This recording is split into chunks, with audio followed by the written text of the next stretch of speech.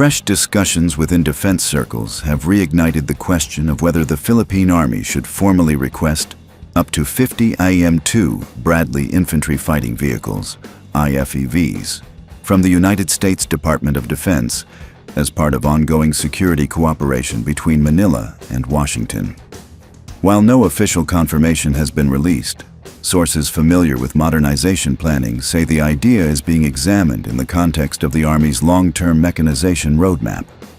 The potential acquisition, possibly through excess defense articles, EDA, or foreign military financing, FMF channels, would mark a major leap from the Army's current reliance on upgraded M113A 2+ armored personnel carriers.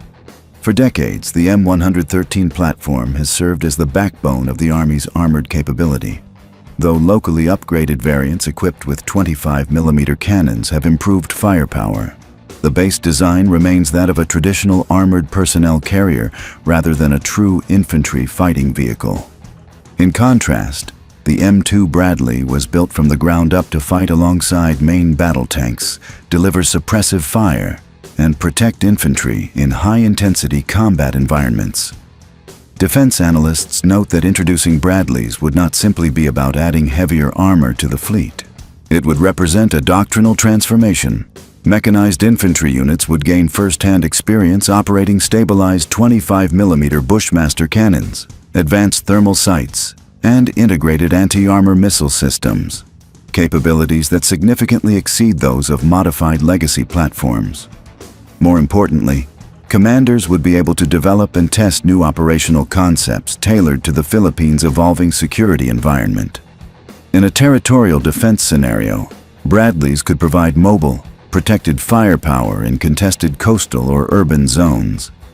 In joint exercises under the Mutual Defense Treaty framework, interoperability with U.S. mechanized forces would dramatically improve.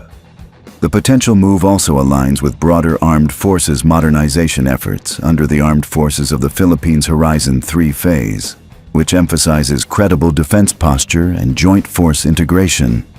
By operating a platform widely used by U.S. forces and combat tested in multiple theaters, Filipino troops would gain exposure to contemporary mechanized warfare standards.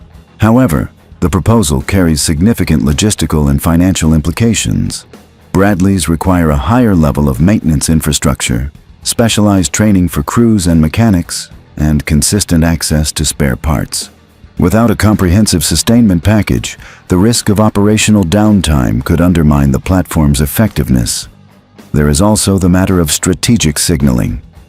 Accepting 50 Bradleys would send a strong message of deepening defense ties between Manila and Washington at a time of heightened regional security concerns. It would demonstrate that the Philippines is not merely modernizing symbolically, but investing in platforms capable of contributing meaningfully to combined arms operations.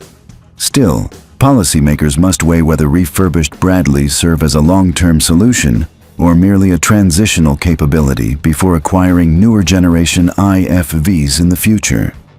Some experts argue that even as an interim platform, the Bradley would function as a training bridge, preparing the Army for more advanced systems down the line. Ultimately, the debate reflects a broader question about the Philippine Army's trajectory. Is the institution ready to move decisively into the era of modern mechanized warfare, or will it continue incremental upgrades of legacy platforms? If pursued with careful planning, sustainment guarantees, and doctrinal integration, a 50-unit Bradley fleet could reshape how Filipino mechanized forces train, fight, and integrate with allies, potentially becoming one of the most consequential modernization decisions of the decade.